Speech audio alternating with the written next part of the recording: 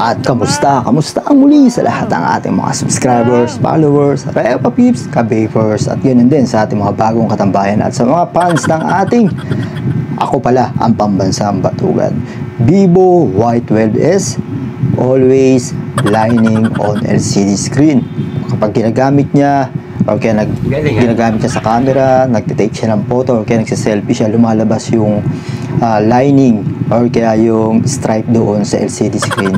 Pinagtalunan namin to ng customer namin kung ano ba daw sira kasi hindi niya nababagsak at hindi nababasa dahil alagang-alaga niya, alagang pagmamahal doon sa kanyang cellphone na Vivo Y12. Nakita ko naman kung gaano kaalinis at kumbaga sana yung kaimportante sa kanya yung cellphone, kung paano niya alagaan. Ang sweet naman ni Madam.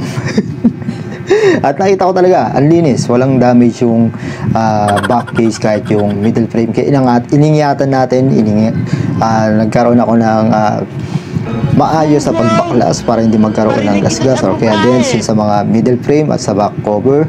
Inayos natin maigi dahil nakakaya naman kung magkakaroon ng konting galos dahil napakalinis talaga. At ito yung naging solution kung bakit ko sinabi sa kanya na LCD yung naging problema dahil since na binili niya is hindi pa napapalitan yung kanyang LCD. Then hindi ko rin alam kung nababagsak or one time na nabagsak niya, pero binanggit ko na lang is pwede kasi yan. Sa sobrang tagal na rin, meron namang tinatawag tayong lifetime na paggamit ng gadget or kaya sa LCD. Once na matagal na talaga at hindi siya nababagsak kahit anong alaga mo, ang cellphone po pala, ibibigay ko sa inyo information, ang cellphone po ang pinakamabilis masira. Wow naman! Dahil, bakit? Wow. Why? Mabilis masira. Wow. Dahil every second, minute, hour, day, week, month, year, always pong gamit na gamit. Kaya kawawa, bugbog sarado ang cellphone.